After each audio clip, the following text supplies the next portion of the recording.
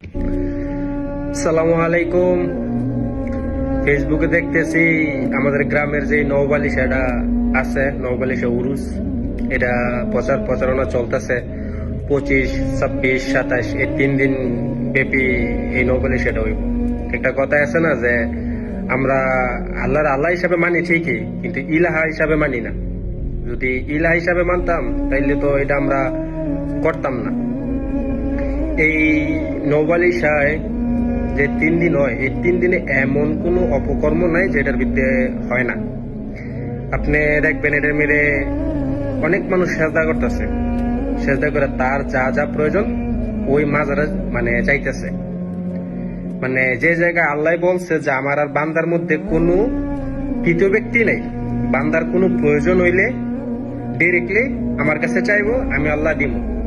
কিন্তু আমরা তা না কইরা আমরা ওই মাজারে গিয়ে সেজদা দিয়ে আমরা আমাদের যা যা প্রয়োজন তা চাইতেছি। এটা পুরোটা শিরিক। আপনি যদি দেখেন এই 3 দিন ব্যাপী এই জায়গায় মাদক, বাবা ট্যাবলেট বলেন, গাঞ্জা বলেন, যত রকমের মাদক আছে এই জায়গায় চলে। এবং কি নারী পুরুষ একসাথে মনে করেন যে এই জায়গায় জিনাতে লিপ্ত, বুঝছেন? এই জায়গায় একসাথে উলঙ্গ নাচানাচি করে। উলঙ্গ বলতে শুধু শরীরে কাপড় থাকলেই যে সে উলঙ্গ না, বিষয়টা এমন না। আল্লাহ রাসূল বলে গেছেন যে আমার এক শ্রেণী উম্মত আসবো যে তারা কাপড় পরিধান করার পরেও যে তারা উলঙ্গ।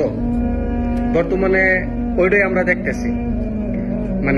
নৌবালিশাতে আপনি দেখবেন যে আস্তানাগুলো আছে বা গান বাজনা হয়, একসাথে নারী পুরুষ ছেলে মেয়ে যত রকমের আছে এই জায়গায় গান বাজনা নাচানাচি যত রকমের কাজ আছে করতেছে।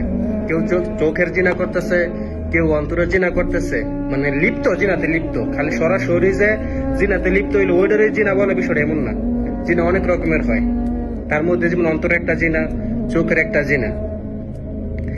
এই নৌবালিশাটা আসলে যারা এটার প্রোটোকল দেয়, যে নৌবালিশাটা যার মাধ্যমে এটা হয়, তারা দেখবেন তারা কিন্তু আবার ঠিকই নামাজ পড়ে। অনেক মানুষ আছে তারা নামাজ পড়ে, ইসলামিক যে কার্যকলাপ আছে তারা এগুলো করে, কিন্তু তারা কি কারণে যে এইটার মধ্যে যায় একমাত্র আল্লাহ তাআলা ভালো জানে। আপনি আমাদের বিশ্বাস করার মতো না, আমাদের মহল্লা থেকেও এমন কিছু মানুষ ওইটাতে ইনভলভ হয়েছে, বিশ্বাস করার মতো না। কি স্বার্থে যায় এটার মধ্যে, এটাই আমি বুঝি না। তারা নিজেরাও জানে যে এটা ইসলাম বিরোধীর কাজ, তারা নিজেরাও জানে এবং তারা সবকিছু জানে যে এখানে সেজদা দেওয়া হয়, এই জায়গায় মাদক হয়, সবকিছু হয়, কিন্তু তারা নিজেরাই জানে, তারপরও এটা তারা নিজেরা করে, জানার পরও করে। কি লাভ?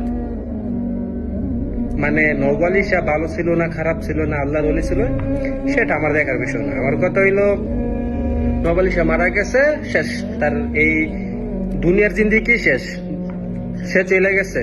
সে ভালো খারাপ এটার বিচার আল্লাহ করবো না, এটা কোনো সমস্যা নেই। কিন্তু তাকে কেন্দ্র করে যেই মানুষগুলা রমরমা ব্যবসা শুরু করছেন, এটার হিসাব পরকালে দিতে পারবেন আপনারা? এই যে নৌবালিশা মারা যাইলো, আপনার একটা গম্বুজ তৈরি করলেন, তৈরি করে একটা মাজার বানাইলেন, অনেকগুলা গান বাজনার আস্তানা বানাইলেন, বানানোর পরে ওই জায়গায় গান বাজনা প্রতিনিয়ত হয়, তার মধ্যে বছরে 3 দিন হয়, খুব রমরমা ব্যবসা। কেউ বিভিন্ন যারা জিনিস চাইতেছে যে আল্লাহ তুমি আমাকে সন্তান দাও, আল্লাহর কাছে না আছে, ওই নৌবালিশা মাজারের কাছে যে চাইতেছে যে তুমি আমাকে সন্তান দাও, তারপরে আমার ব্যবসা বরকত, যার যেটা প্রয়োজন এটা চাইতেছে। বলতেছে যদি তুমি নৌবালিশা দাও তাইলে আমি সামনে বসে 1 লাখ টাকা দিব, 2 লাখ টাকা দিব, বা গরু ছাগল মহিষ, মানত করতেছে তারা, এটাতে তারা দিব, তাদের মনের আশা পূরণ হইলে তারা দিব। কত বড় মূর্খ, কত বড় অযোগ্য, বলার বাইরে। আমরা এই কল্যাণপুরবাসী এটা প্রায় 80-90% মানুষ চায় না, 10% মানুষ হয়তো বা চায়। কিন্তু ওই 10% মানুষ যদি এটা না চাইতো, আর পুরো গ্রামের 90% মানুষ যদি চাইতো, এই 10% মানুষদের এটা সম্ভব যে এটা হবে না, এটা বন্ধ। কিন্তু যারা এটা বন্ধ করতে পারবো তারা এটাতে ইনভলভ, তারা এটাতে যেইভাবে লাগে তারা প্রোটোকল দিতেছে, যেইভাবে এটা লাগে তারাই সবকিছু করতেছে।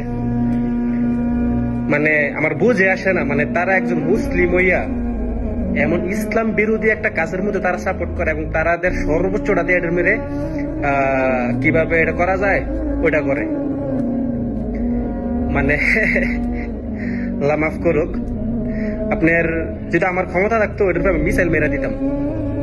ঠিক আছে, কোন কারণে যে ইসরায়েল আর ইরানের মধ্যে যে মিসাইল গুলা ছুড়াছুড়ি হইতাছে, এর মধ্যে কি একটা কোনটা ভুল লোকেশনে যে নবলে সে এই জায়গায় পড়তে পারে না, যেটা একবার ধ্বংস হয়ে যাক? আমি না পারি ধ্বংস করতে, আমার ছেলে করবো এটা। আমার ছেলে না পারলে তার ছেলে করবো ইনশাল্লাহ। যদি কেউ না পারে, যেদিন ঈসা আলাইহিসসালাম আসবো ইনশাল্লাহ, ওই দিন শুধু নওয়ালিশা নয়, পৃথিবীর ভূখণ্ডে যত এই উঁচু কবর গন্ড মাজার আছে সবগুলা মাটির সাথে একবারে চৌচির করে দিব ইনশাল্লাহ। আমরা ওই দিনের অপেক্ষায় আছি। আপনারা সামান্য কিছু টাকা পয়সা বা অর্থ লোভের কারণে এটা আপনারা এটা করেন, অথচ এইটার জন্য যে কল্যাণপুরবাসী কতটা ক্ষতি হইতেছে ওইটা আপনারা জানেন না, বা আমাদের কতটা ক্ষতি হইতেছে। মানে যারা মদিনায় আসে, যারা উমরা করতে আসে, যারা মদিনা ঘুরতে আসে, তারা এই বিষয়টা খুব ভালোভাবে জানে। আপনার মদিনায় অসংখ্য সাহাবী শুয়ে আছেন আলহামদুলিল্লাহ, তারা দুনিয়াতে থাকাকালীন এই জান্নাত প্রাপ্ত, মানে জান্নাত প্রাপ্ত সুসংবাদটা তারা মানে দুনিয়াতে থাকতে মানে আল্লাহ রাসূল এর কাছে মানে পাঠাই দিচ্ছে আর কি, যে এই সাহাবী জান্নাতি। তো তাদের কবরগুলো আপনি জানেন কেমন? মানে আমাদের যে সাধারণ কবর গুলা একদম নর্মাল কবর গুলার মতনই, কোনো গম্বুজ নাই বা কোনো মানে একটা আছে না যে বাংলাদেশে যেগুলো মরে আল্লাহর ওলি বিভিন্ন ধরনের বাতি চাতি চারিদিকটা পাকা বা গম্বুজ করে রাখে, এই জায়গায় এগুলা নেই, একদম সাধারণ কবরের মতনই। এবং এই জায়গায় যারা আসছে মদিনায় তারা বিষয়টা জানে, একবার স্পষ্ট লেখা আছে যে বাংলাতে, আরবিতে, ইংলিশে, হিন্দিতে, মানে সব দেশের ভাষা দিয়ে লেখা আছে যে এনে যারা শুয়ে আছে তাদের কাছে কোনো কিছু চাওয়া শিরিক, হারাম। স্পষ্ট লেখা আছে এই জায়গায় যে তাদের কাছে কোনো কিছু চাওয়া যাবে না। তো ওদের কাছে যদি চাওয়া না যায়, যারা জান্নাত প্রাপ্তি মানে দুনিয়া থাকাকালীন তারা সুসংবাদটা পাইছে জান্নাতের, তাদের কাছে কিছু চাওয়া যাইতো না, অথচ আমরা নবলের কাছে চাই। মানে আমরা কত বড় জাহেলিয়াতের যুগে আমরা বসবাস করি, এটা মানে কল্পনার বাইরে। ঠিক আছে, এরপরে যে পাহাড়টায় মানে মদিনা যে পাহাড় আছে, ওই পাহাড়টা তো জান্নাতে উঠবে, কিয়ামতের দিন জান্নাতে এটা উঠবে। ওই জায়গায় স্পষ্ট লেখা আছে এই মানে পাহাড় থেকে কেউ যদি মানে মাটি নিয়ে যায় এই নিয়ত কইরা যে এই মাটি নিয়ে গেলে আমার ব্যবসা ভালো হইব, আমার ঘরে এই মাটিটা রাখলে বরকতময় হইব, আমার বিপদ আপদ সব দূর হইব, এমন ধারণা করে নেওয়াটা শিরিক, হারাম।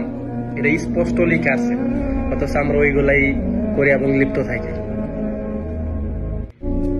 সমস্যা নেই, আমার একা পক্ষে তার সম্ভব না বলে সেটা বাধা দেওয়ার, তবে কোন এক সময় কল্যাণপুরবাসী এটার বিরোধিতা করবো ইনশাল্লাহ। আমরা ওই দিনের অপেক্ষায় আছি। বললাম না, আমরা যদি না পারি আমাদের প্রজন্মে যারা আসবে তারা করবে।